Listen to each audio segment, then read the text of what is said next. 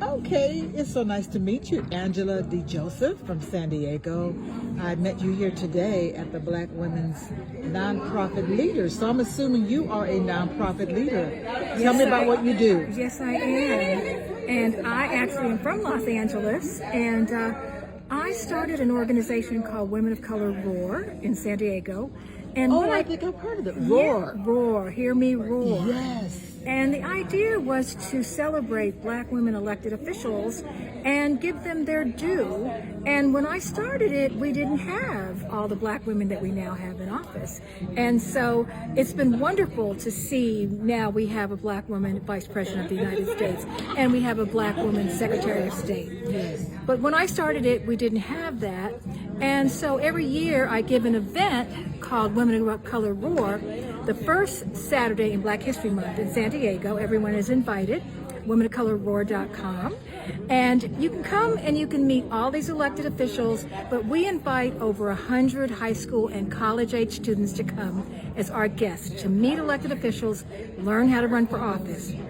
Last year, we started the Women of Color Roar Leadership Academy so that we could give these girls a full day of training, give them a foundation, life skills, financial literacy, how to write a resume, and we have a career workshop so they can learn about different jobs, also get them exposed to different types of careers. We want them to have a strong financial foundation because we know that Black women most times are going to be the only one in the household bringing in money. We also know about the financial strain that Black women carry. In California, we have so many young Black women who need to have a strong foundation. So that's what I've been doing. My background is interesting because I actually met Miss Jewel Diamond Taylor many years ago, and but I read her book, a couple of her books, but I told her one of my favorite sayings was, "Desperation is a terrible perfume to wear," and I always think about that. The other thing was about when God gives you a sign. And when God tells you to go, and when God tells me to go, and what happened when I read her book, God told me to write my book, and I wrote my book from reading her book. And so, and what is the title of your book? My book was The Body Blast, because I was a personal trainer.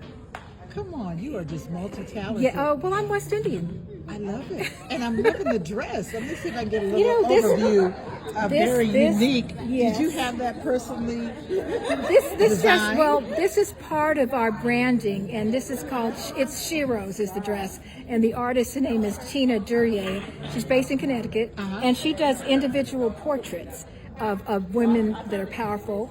And I asked her to put all the Black women together for me, and I actually have one that has all the Black women on it, which is called Shiro's Rise. And we actually sell them as a fundraiser at our Women of Color Roar event. Okay. Yes. So what I'm hearing is that your nonprofit has a two-pronged outreach, one for financial literacy and then one to empower and expose young girls to political offices, to show them the possibilities. Is that what I'm understanding? Yes, because in leadership, as you know, in our community, you can run for office, but there are a lot of roles in our community for leaders.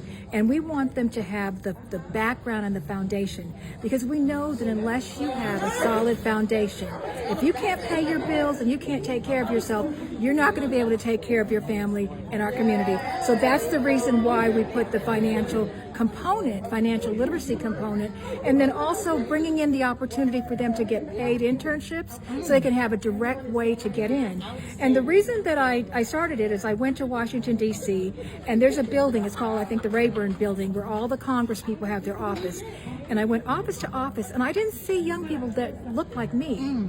And I realized that young women coming from a lower income household, many women of color, don't have the same means to get those jobs. And so I wanted to give them the means and also the opportunity, the connection that they might not have. And now they get to meet the elected officials and get the opportunity for those internships and get paid. Wonderful. I love meeting people like you that are so passionate about how you want to make a difference in our community. I thank you so much for that.